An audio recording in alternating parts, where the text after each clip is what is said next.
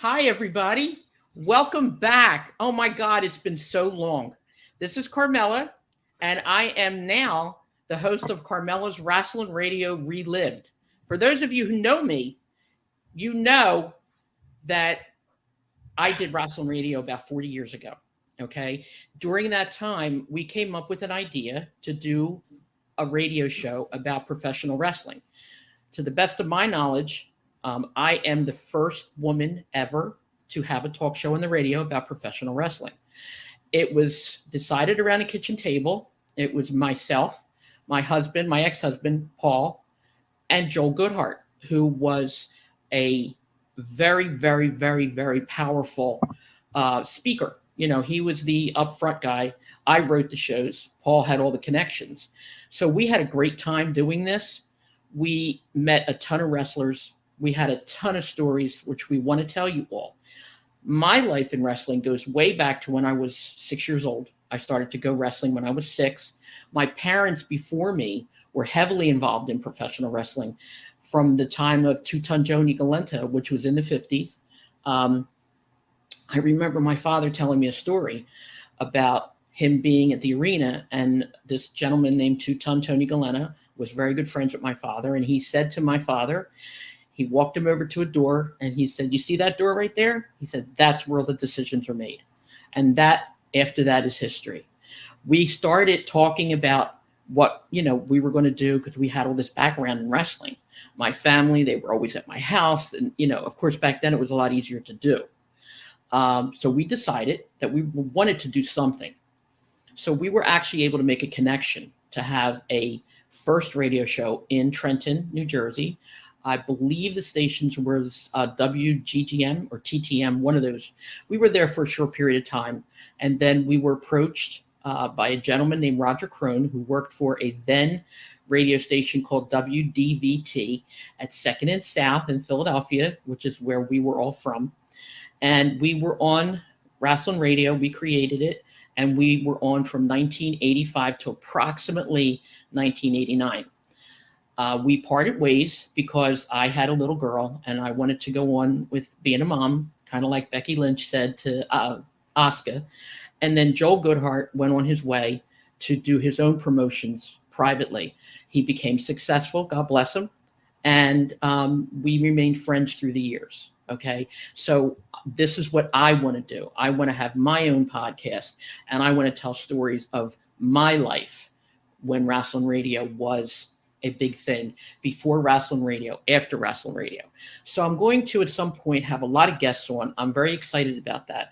We're picking guests from a long time ago. We're going old school with some stuff. So I have people lined up like Tom Brandy, Heidi Lee Morgan, Jose Luis Rivera, my friend Debbie Ferrante Rivera, who is the wife of the late Steve King, who was a very prominent wrestler in WWF at the time. She's also the mother of Elektra Lopez, very dear friend. I'm trying as hard as I can to pass the word of mouth to get as many wrestlers from back then as I can.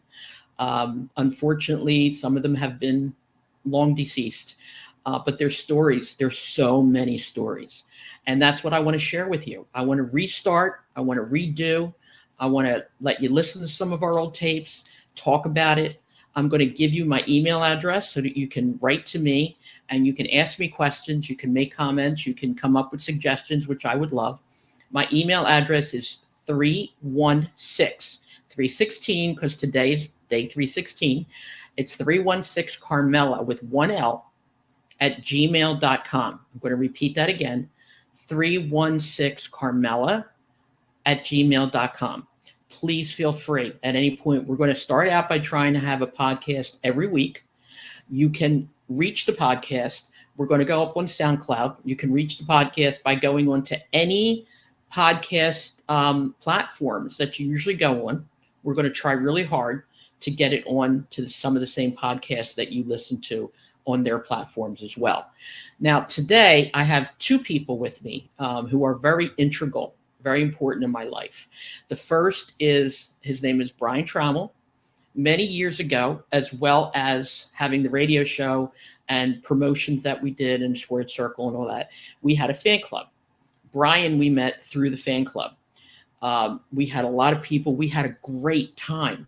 We had luncheons. We had dinners. We had events. We took a whole plane load of people to Memphis to go play softball with Jerry the King Lawler.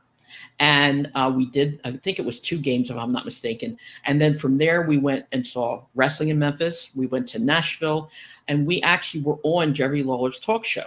So everything was going so well back then. And, you know, time goes by, things change, things happen, but we're back. I'm back, and I'd like to stay that way. So right now, I'm going to invite Brian to come on with me. And I think he's there. Are you there, Brian? Hey. Hey, how you doing, buddy? Carmela, can you see me now? I sure can. I All can right, see you. You look move me handsome. over because I feel weird talking to the wall. I want to. All right, I'm going to move you over, honey. Over here. There you go. If you're listening to the audio version of this, and I say this all the time on my podcast, why go watch the video version? We do all kinds of fun stuff on the video version. Sure do. This is my first time in 40 years. I'm so excited. I can tell. We have been talking about doing this for a few weeks now, or a few months now. And I know you mentioned this. Look, I start talking because I'm going to start asking you questions now. Okay. This is my interview. And I've been doing a podcast for 7 years. It's called stspod.club. We do 2 episodes a week. And we interviewed you a few years back and was excited about it. We got a lot of listens for it. And then, you know, you came up with the idea, hey, let's take these old, and I'm just shocked that we still have those. That shocked me. Cassette Wrestling News, I talked to you about that. Cassette Wrestling News was a thing that he mailed out. Stone Cold called it the first ever podcast because that's what he did with the cassette. And we started doing that. I've got a bunch over here on the shelf. It's a long process, but was excited that you still had some. And Matt, who's helping us, says he already has listened to the episode with Brian Trammell back in the 80s there. Yes, he did. As a matter of fact, God bless him. I was just going to mention him. He literally, as I always say, pulled me out of the ashes. He loves restoring old stuff. So he went on YouTube, on the internet. Wait, Carmel. If he's going to restore old stuff, he might as well restore me. I think he needs to restore me first, Brian. Okay. So anyway, he went on the internet and he found like 20 minutes of wrestling radio. And he contacted me, actually. And he sent a letter to something called Lost Fans, I believe it is. And he explained everything about our show. And then, you know, he said to me, I can digitalize your tapes. Well, I'm very protective of these tapes. And I had told everybody, you can't touch them, you can't say them, you can't have them. But here they're sitting under my bureau for 40 years. And I didn't even know that cassette tapes could be digitalized. Right. Anyway, he encouraged me to do this. I spoke to my children about it. And we decided to let him do it. And then I came up with this podcast idea and said, what the heck, right? So God bless Matt. He's here. He's outside right now. And I'm very excited, very happy because we're going to do a part of that. And it's all going to be together. And Brian, I have you on here today because we're going to do another show as well with you. With the Memphis thing, but I just want to give a little taste, you know, a little idea to the people of what it was like. Well, me and you love to talk, so it'd be easy to take up a little bit of time here. But that right. You know, something you said during your intro, and I know you've said this to me a couple of times. You've talked about them being over at your house and you feeding wrestlers and stuff. I didn't even know that, and you probably said on my podcast, but when you said your parents were involved in wrestling, that just, you know, hit something in my brain. I was like, no, I don't remember her saying that. So yeah, as a matter of fact, we were very close friends with roller derby players and wrestlers because the 45th and Market, the old arena, is where we went. And I became my childhood hero in roller derby was Judy Arnold. And I had the luck and the blessing of meeting her not too long ago. And we became very good friends. But oh, wow. Yeah, there was a ton of stuff that we did back then with wrestling.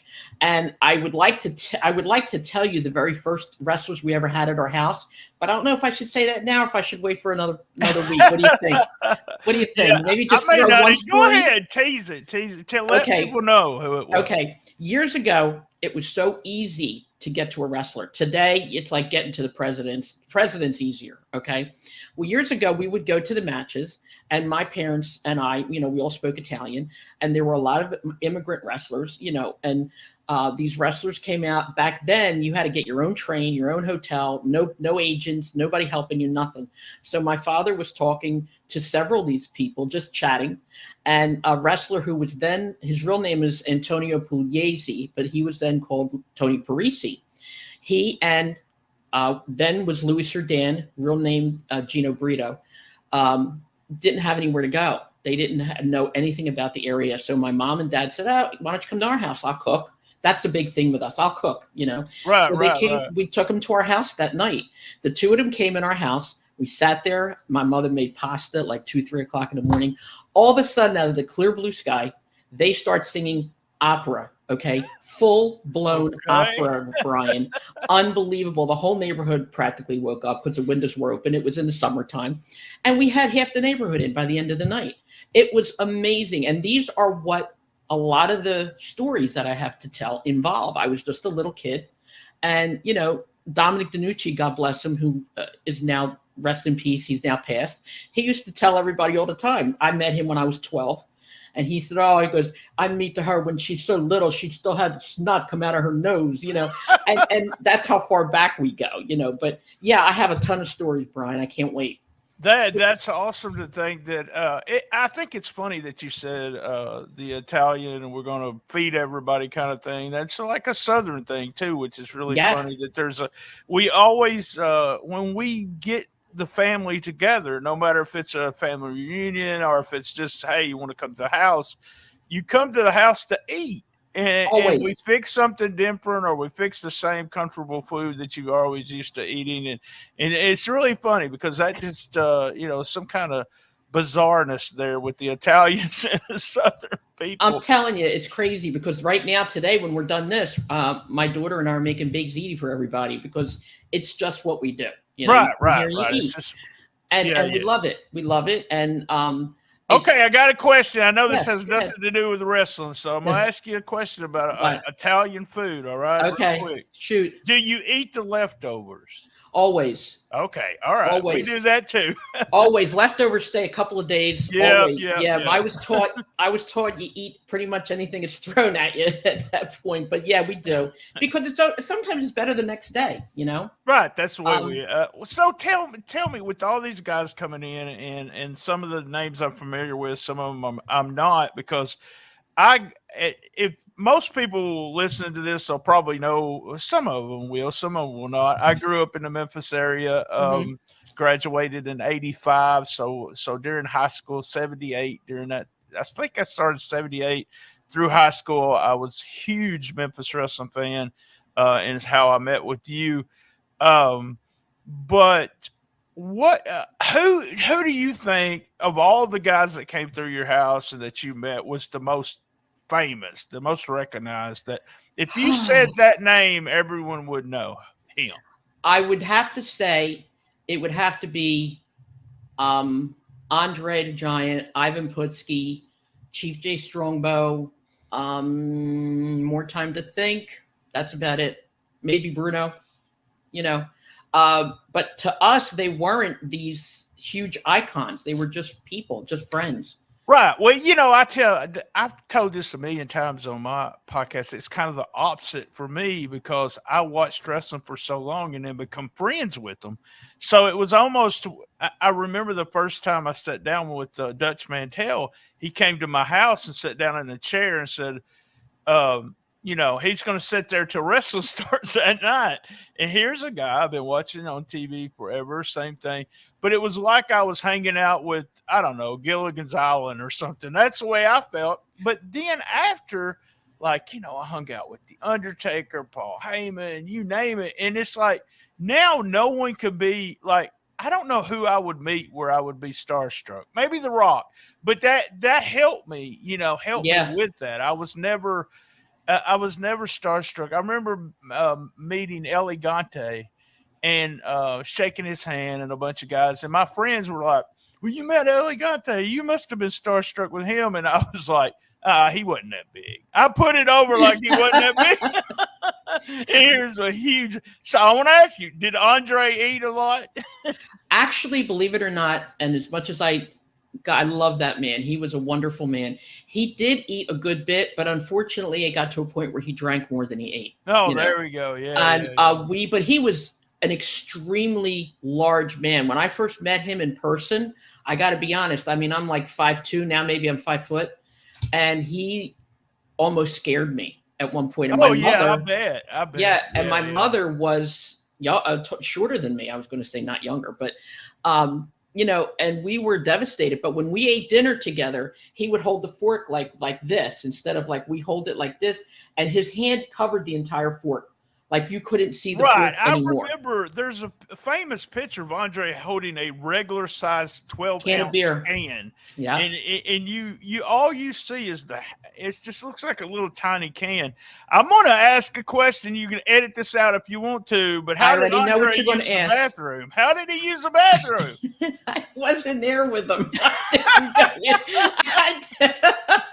He did. I mean, like everybody else does. I wasn't in there with him, so Woo, I don't that know. had to be. But yeah, but he and it's funny when he walked into a room, like how your door is Right, 6 feet right. or whatever. He always had to go down. Yeah. And I saw that firsthand myself.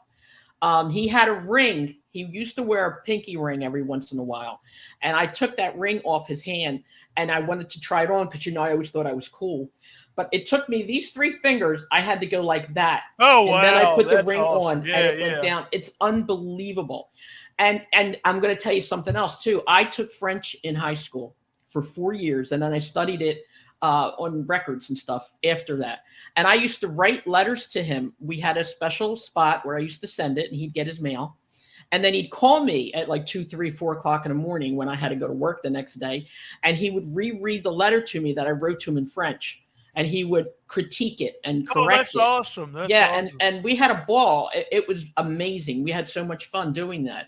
And that's why like a lot of people don't realize that these wrestlers are people. They're just people. They I eat, they think they drink. realize that a little bit more now with social media and all the shoot interviews that came out. Yeah. But during the time where even up to a certain the 2000s maybe before the internet become really popular, there was a mistake there that you just didn't.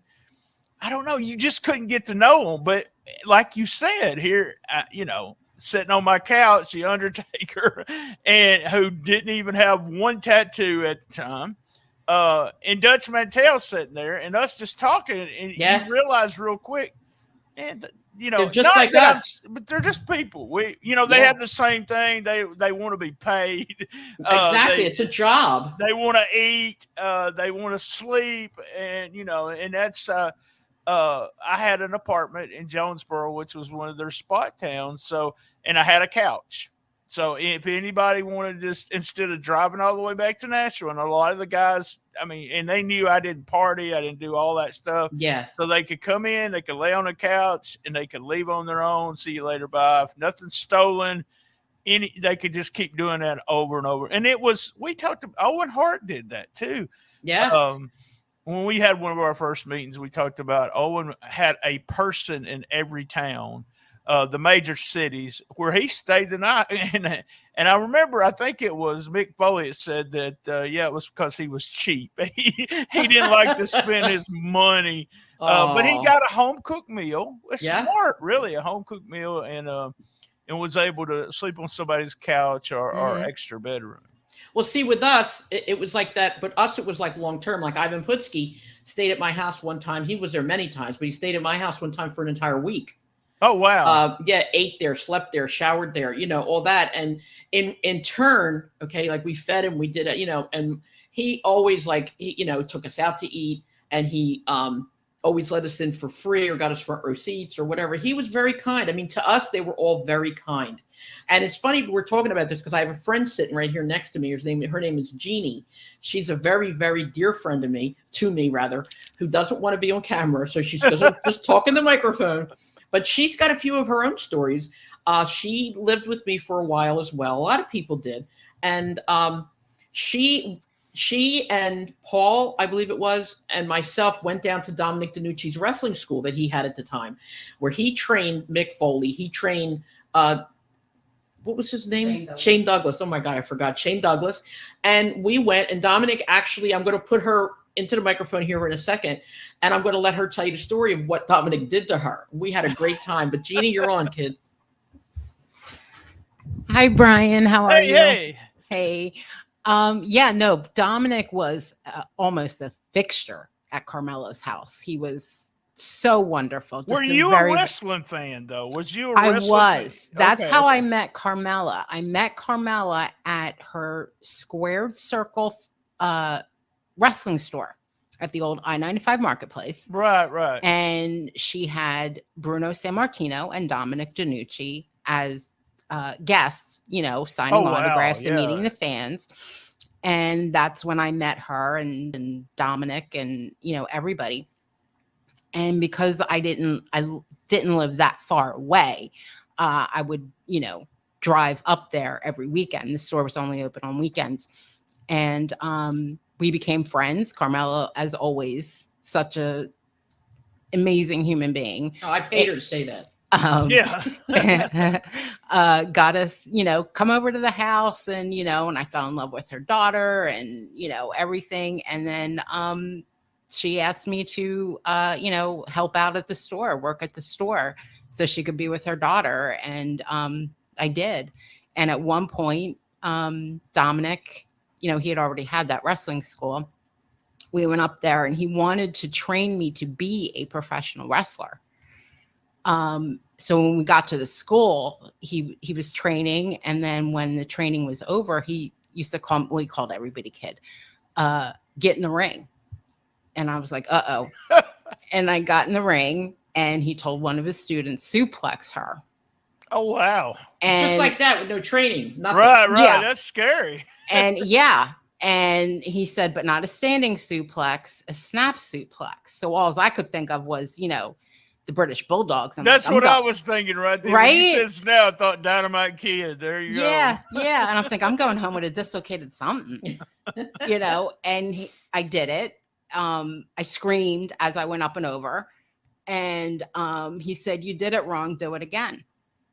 And I said, what do you mean? I went up, I went over, I landed on my back. What are you talking about? I did it wrong. And he said, you landed with your legs completely straight out. You have to land with your knees bent so your feet hit first, or else you're going to have back problems. And I was like, Dominic, I love you. I'm not going to sue you. Don't worry. I'm good.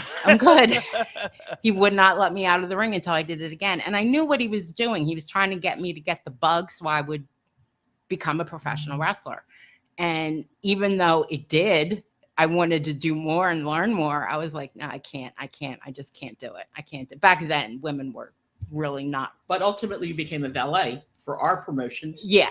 Oh, wow. Yeah. I don't remember that. Were you in Memphis with us? Yes. Okay, we'll wait and talk about that when we talk about the Memphis. We're going to let her tell the valet story another time, too. Yeah. That's got a whole I've got a bunch of question stuff with what she said real quick for you, Right. Carmela, was what did the guys like Bruno and what did they charge? Bruno was a effing legend. And what did he charge to come do autographs at your wrestling radios at the Squared Circle? Back then? Yeah, okay, I mean, even back then. it's like $500, maybe. Oh, wow. And because Dominic didn't charge us anything. Right, Because because how close we were. he And ate all Bruno the time. had yeah, we also had J.J. Dillon. I mean, we had, as a matter of fact, I wanted to say something too. I can't believe we're already into like 47 minutes here. But Virgil, God rest his soul, another wonderful dear friend. He wrestled for us when we had our promotions. And his name is Mike Jones. And we had him and Tom Brandy. I just got to tell you this quick story. We got them different colored tuxedos. Virgil had a white tuxedo with a white top hat, cane, gloves, and Tom Brandy wore the black. And we called them Ebony and Ivory. And they were our tag team. And we had such fun with them. As a matter of fact, Tom Brandy's going to be a guest at some point. But, I feel so bad that a lot of the wrestlers have passed. There's so many things that I wish that we could have them come on and talk about, which is why I'm trying to get as many of the older wrestlers that are still alive to come and talk. I'm looking for Johnny Rods. I'm looking for Manny Soto. Like I said, we're going to have Jose Luis Rivera. We're doing the best we can to get a lot of the old ones. I have a friend who's going to try and get Shane Douglas. We're going to try and get Mick Foley. We're just going to try. If it happens, it happens. If it doesn't, it doesn't. But if any of you know any wrestlers and you want to send them to us, more than welcome to do so. That includes you, Brian. Right. That's what we're going to try to do. We talked about that when we get to the Memphis part of the squared circle. How many squared circle people? Because this was also, I still have friends, which is crazy. I have friends from the squared circle. I was in Memphis. You were in Jersey. That are lifelong friends. Jamie Ward being one of them. Me and Jamie have been friends in Facebook. Kind of got people back together kind of thing. But Jamie was one of them. I was friends with, me and him both friends with the late Dennis Carluzzo, which was part of the trip and everything. But it's crazy that how many people did you actually have part of the Square Circle fan club? If I'm not mistaken, okay, we had probably about what, GD, 40, 50 at least? Yeah. Yeah. We were actually able to almost fill a whole plane to bring to Memphis. So we had that. And another thing that I had put on Facebook about the Fargo strut, but Jackie Fargo did that little walk thing, that the wrestlers do. The wrestlers do it to this day. We had a thing and Jerry Lawler was our speaker, our guest host, and he and Joel and Paul, and remember Franny Emsley, he's also deceased, God bless him, did the Fargo strut for us. We actually had a contest as to who won that and whatever. But a whole bunch of us went out to Memphis. We actually played softball with Jerry and his team. I think we played 2 or 3 times. Twice. That I remember of. And then some kid got his head shaved. Yes, Franny. That was Franny. Okay, all right. Yeah, I and remember Paul, him. I cannot believe Paul actually played. Paul actually played softball. I almost like fainted when I saw that. Because I couldn't get Paul at home to pick up a cup. But he played softball for Jerry Lawler, and that was like we were at Jerry Lawler's house when we were there too. Beautiful home. And like I said, we had a great time. We always had a great time.